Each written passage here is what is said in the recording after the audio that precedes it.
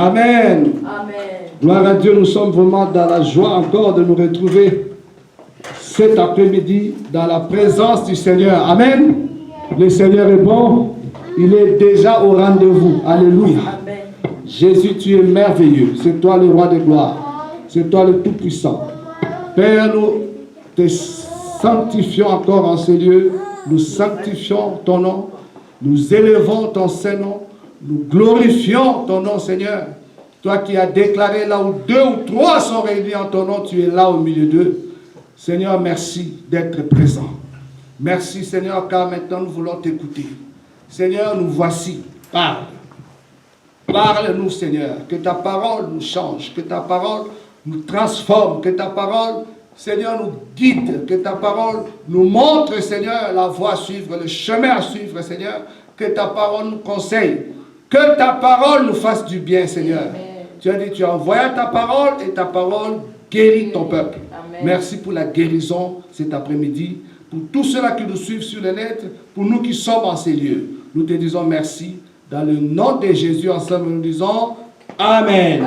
Amen. Gloire à Dieu. Alors, sans plus tarder, nous le savons tous que nous sommes bénis d'avoir la présence d'un homme de Dieu ici à Montréal. J'aimerais vraiment saluer l'homme de Dieu et je profite pour saluer aussi l'église Armée de Victoire à Brazzaville. Je sais que vous êtes en train de nous suivre. Il y a des vidéos déjà qui sont balancées sur YouTube. Allez sur YouTube, vous allez voir comment la parole de Dieu est en train d'être prêchée ici à Montréal avec puissance. Amen. Amen. On est béni d'avoir l'homme de Dieu, le bishop Pascal Moubenga, ici à Montréal. Et notre église, Tous pour Christ, nous sommes très bénis. Amen. Amen. Parce que nous sommes en train de manger vraiment des mets succulents, comme le dit la Bible. Alléluia. Amen. Et cela nous donne la santé spirituelle. Alors, sans plus tarder, nous appelons l'homme de Dieu sous vos acclamations, le bishop Pascal Moubenga de l'armée militaire de Brazzaville. Acclamons le Seigneur. Merci Jésus.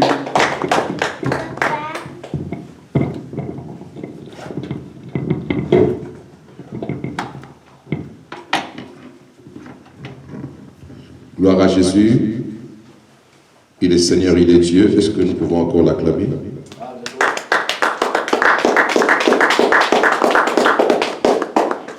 Oui, bien-aimés, nous sommes dans la maison du Seigneur et c'est par sa grâce que nous nous retrouvons afin de pouvoir partager sa parole et recevoir sa bénédiction. C'est le début de la semaine et nous croyons que Dieu, dans sa grâce, nous soutient, nous décharge de nos fardeaux et nous donne un nouveau souffle afin d'affronter la nouvelle semaine dans le succès et dans la réussite. Amen. Amen. Alors voilà, Dieu nous réunit encore aujourd'hui pour partager sa parole et j'aimerais prier avant de lire la Bible. Père, merci pour ta grâce, merci pour ce moment, merci pour cette rencontre. Tu nous rassembles encore, Seigneur, nous qui sommes ici, dans ta maison, et ceux-là, Seigneur, qui nous suivent à travers le net. Tu es Dieu qui nous apporte la lumière par ta parole. Tu es Dieu qui nous instruit. Tu es Dieu qui nous encourage. Tu es Dieu qui nous soutient. Je prie que la parole d'aujourd'hui puisse éclairer une vie et lui apporter, Seigneur, sa solution. Quels que soient les problèmes. Merci pour la puissance de ta parole agissante dans nos vies au nom de Jésus-Christ. Merci pour l'action du Saint-Esprit et laisse que tout soit pour ta gloire. Au nom de Jésus, j'ai prié d'être entre tes mains un instrument que tu utilises avec flexibilité afin que ta pensée coule, Seigneur, aussi facilement. Au nom de Jésus. Amen. Amen. On peut acclamer le Seigneur.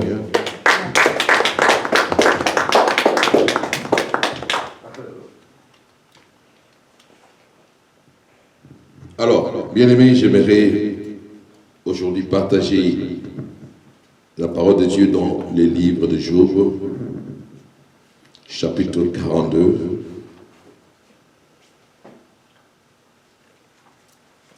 Job chapitre 42, tu as trouvé?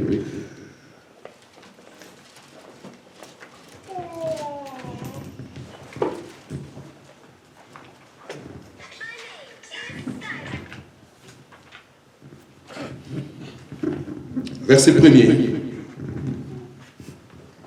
Je lis au nom de Jésus. Job répondit à l'Éternel et dit, je reconnais que tu peux tout et que rien ne s'oppose à tes pensées. Qu'il est celui qui a la folie d'obscurcir mes desseins. Oui, je parlais sans les comprendre. De merveilles qui me dépassent. et que je ne conçois pas. Écoute-moi et je parlerai. Je t'interrogerai et tu m'instruiras. Mon oreille avait entendu parler de toi. Mais maintenant, mon œil t'a vu. C'est pourquoi je me condamne et je me répands sur la poussière et sur la cendre.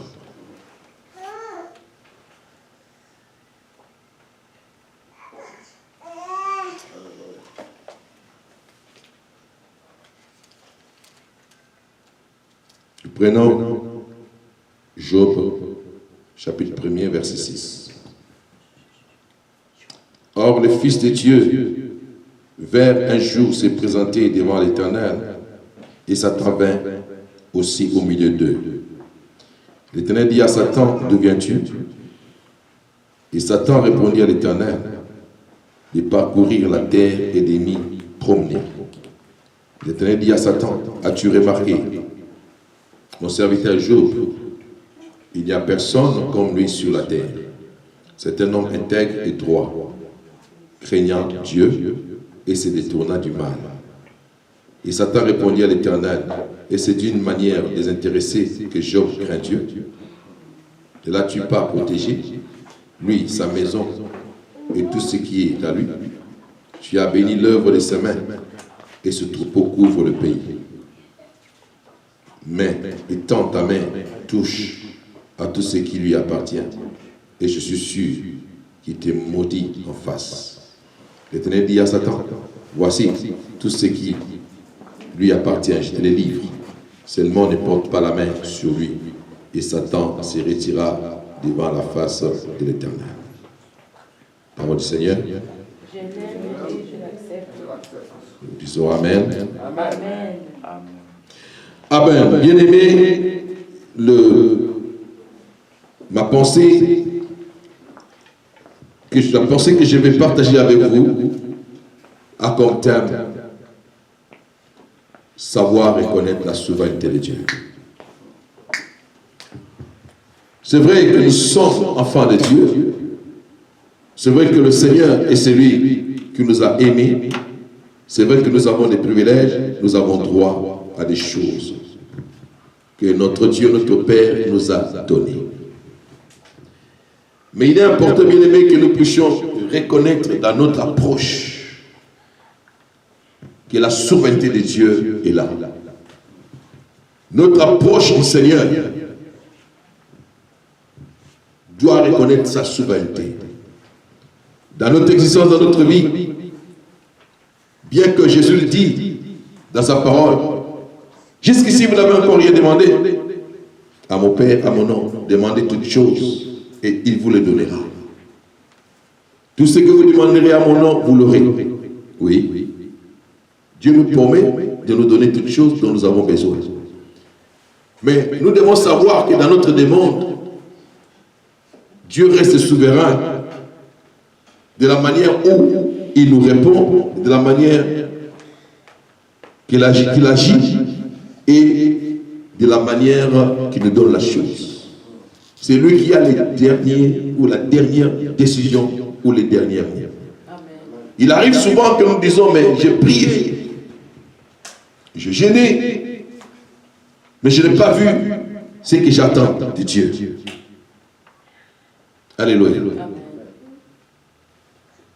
Il y a des fois où nous pensons que tout ce que nous demandons, il faut que Dieu nous le donne. Il faut que Dieu dise oui à toute notre requête. Mais écoutez-moi, il y a des moments où Dieu peut dire non. Le fait qu'il dise non ne veut pas dire qu'il ne nous a pas répondu ou qu'il a refusé. Mais tout simplement, il a compris que la chose ne vale pas pour nous. Ou alors, ce n'est pas bon pour nous. Dieu est celui qui connaît nos plus profonds désirs. Plus que nous-mêmes. Et il sait ce qui est essentiel, ce qui est important, utile pour nous. C'est comme ça que Jésus disait, vous demandez, vous ne recevez pas parce que vous demandez mal. Eh oui. Il y a des fois où nous demandons tout simplement à cause de notre convoitise, sans pour autant regarder ce que Dieu pense et quelle est sa volonté. Et nous voulons vivre la chose, voir la chose. Et des fois, nous nous fixons les temps, tout en s'attendant à la réponse de Dieu pour saisir telle chose. Et lorsque ce temps écoule, on est mécontent. Mais on oublie que celui à qui on demande, c'est lui qui est le maître des circonstances et des temps. Amen. Nous devons apprendre à nous soumettre au temps de Dieu, à sa souveraineté, car lui seul sait à quel moment il peut agir. Et qu'est-ce qui est bon pour nous et qu'est-ce qui n'est pas bon pour nous. Nous sommes ici dans le cas de Job. Job qui était un homme intègre et juste, un homme qui craignait Dieu. Mais il est arrivé dans sa vie un malheur. Et dans ce malheur, tout le monde commençait à l'accuser. Il y a ses amis qui lui ont même dit que Job, il n'y a rien qui puisse arriver de tel, puisse arriver à une personne s'il n'a pas péché. Donc, c'est que tu as péché, c'est pourquoi tu es malade et que Dieu t'a puni, t'a frappé. Alors qu'il n'y avait rien de cela. Et même sa femme, qui commençait à dire à Job, Job, maudit Dieu et même. Alléluia. Mais Job est resté serein.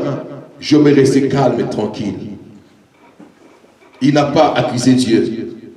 Au contraire, quand nous lisons l'histoire de Job, nous voyons dans ce texte même, Job en train de se condamner lui-même. Alors qu'il n'a rien fait. Bien-aimé, Dieu est souverain. C'est que nous devons savoir, comme la Bible le dit, rien ne peut nous arriver sans Dieu, sans que Dieu ne le permette. Ce qui est arrivé dans la vie de Job, c'est parce que Dieu l'a permis, Dieu l'a voulu. Dieu est l'auteur de toutes choses dans nos vies, que ce soit les biens ou les mal. C'est ce que Jérémie dit, il en est l'auteur. Tout ce qui arrive dans nos vies, c'est lui qui le permet.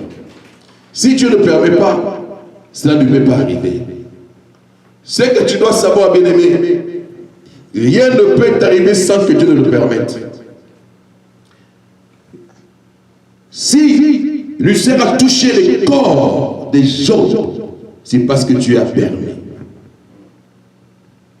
Et encore, nous pensons souvent que les malheurs nous arrivent quand nous avons péché. Bien-aimé, tout ce qui nous arrive dans la vie de mal n'est pas seulement la cause du péché. N'est pas pour origine notre offense à Dieu. Pas forcément. Il y a des situations que Dieu permet tout cela parce qu'il veut nous former, il veut nous briser, il veut faire éclater sa gloire. Et il permet que cela arrive.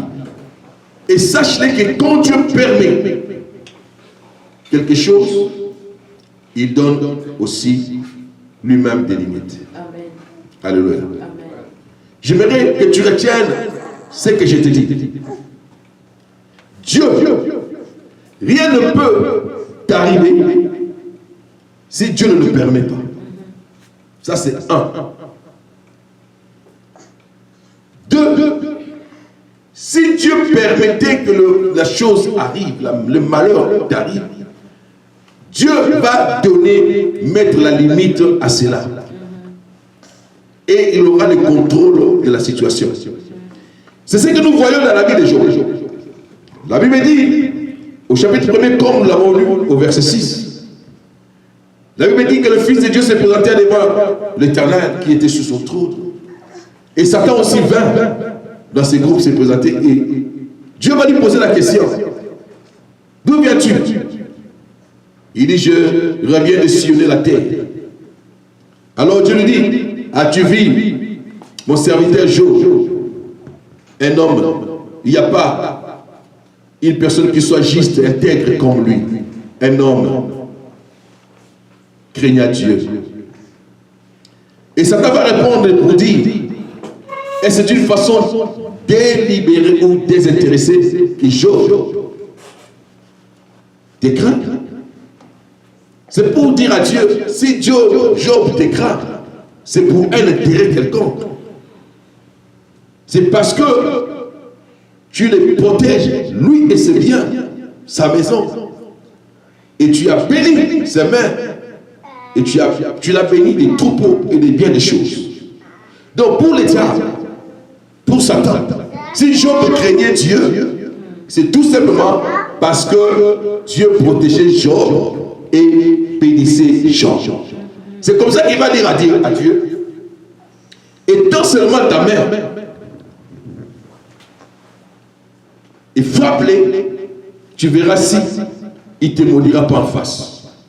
Alléluia. Étends seulement ta main. Écoute, Satan, il dit, étends seulement ta main, touche à tout ce qui lui appartient, et je suis sûr qu'il te maudit en face. L'Éternel dit à Satan, voici, tout ce qui lui appartient, je te le livre. Seulement ne porte pas la main sur lui. Et Satan se retira et devant la face de l'Éternel. Donc dans cette discussion, le diable fait voir à Dieu que Job t'écraint parce que tu le protèges, tu le bénis. Alléluia. Étends seulement ta main, touche-les et tu verras si il ne va pas te maudire. Touche sa vie, touche ses biens. Il va se retirer de toi. Il va se méconduire. Il ne va plus te craindre. Et Dieu dit, ok, voici tous ces biens. Je te les livre. Mais tu ne toucheras pas à sa vie. Vous comprenez que Dieu a permis. Il a donné l'accès. Mais il a donné l'accès en mettant une limite. Il dit, tu vas toucher ses biens. Mais tu ne toucheras pas à sa vie. Alléluia. Bien-aimé, aucune puissance, aucun sorcier, aucun occultiste, aucun magicien n'a le pouvoir de te toucher, de toucher à ta vie, de toucher à ton travail, de toucher à ta maison, de toucher à ta santé, de toucher à tes avoirs, si Dieu ne le permet pas. Oui, ça tu dois en être sûr. Le diable lui-même ne peut pas te toucher. Si déjà, Satan qui est leur maître, cela veut dire le maître des occultistes, le magicien, des sorciers, des féticheurs, il ne peut pas toucher un enfant de Dieu sans que Dieu ne le permette. Et alors ses acolytes, d'où est-ce qu'ils viennent, d'où est-ce qu'ils tireront ces pouvoirs? Parce que leur maître, de qui ils tirent leur pouvoir, lui-même pour toucher ta vie, il faut que Dieu lui permette. Et à combien de fortes raisons, le magicien, le sorcier. Bien aimé, tu peux dire, personne ne peut toucher ma vie, le diable n'a pas le pouvoir de toucher ma vie, sans que Dieu ne le permette. Et tu dis amen à ça. Tu peux dire que le diable n'a pas le pouvoir de toucher, ne peut pas toucher ma maison, si Dieu ne lui permet pas. Je dis amen à ça. Au nom de Jésus, amen. Le diable ne peut pas toucher mon travail, si Dieu ne le permet pas. Je dis amen à ça. Amen. Cela doit être la assurance pour toi. Que veux-tu encore? La vérité est là. La Bible dit, vous connaissez la vérité vous affranchira. Cette parole est la vérité. Dieu, lorsqu'il parle, lorsqu'il dit quelque chose, il accomplit, il réalise. Alléluia. C'est prouvé dans la vie des gens. Dieu a dit, tu vas toucher ses biens, mais tu ne toucheras pas lui, Job. Tu ne toucheras pas. Et quand nous lisons, nous verrons, en suivant l'histoire, vous pouvez lire tous les chapitres premiers jusqu'au chapitre 2. Vous allez voir, c'est là où Dieu a permis que Job, les diables puissent toucher les biens de Job, ses enfants, ainsi que son corps, sa santé. Alléluia. Parce que Dieu lui-même a permis. Et comme Dieu a permis, et alors le diable est allé aussi il est allé toucher seulement les biens et les avoirs de Job. La Bible dit que ses enfants étaient morts, toutes ses filles étaient mortes, ses troupeaux, tout était détruit. Il avait tout perdu. Et le diable est revenu des 5 fois. Dieu lui dit, tu vois, il est resté toujours intègre. Il dit non, ça ce sont des choses pour lesquelles tout on peut donner pour sa vie.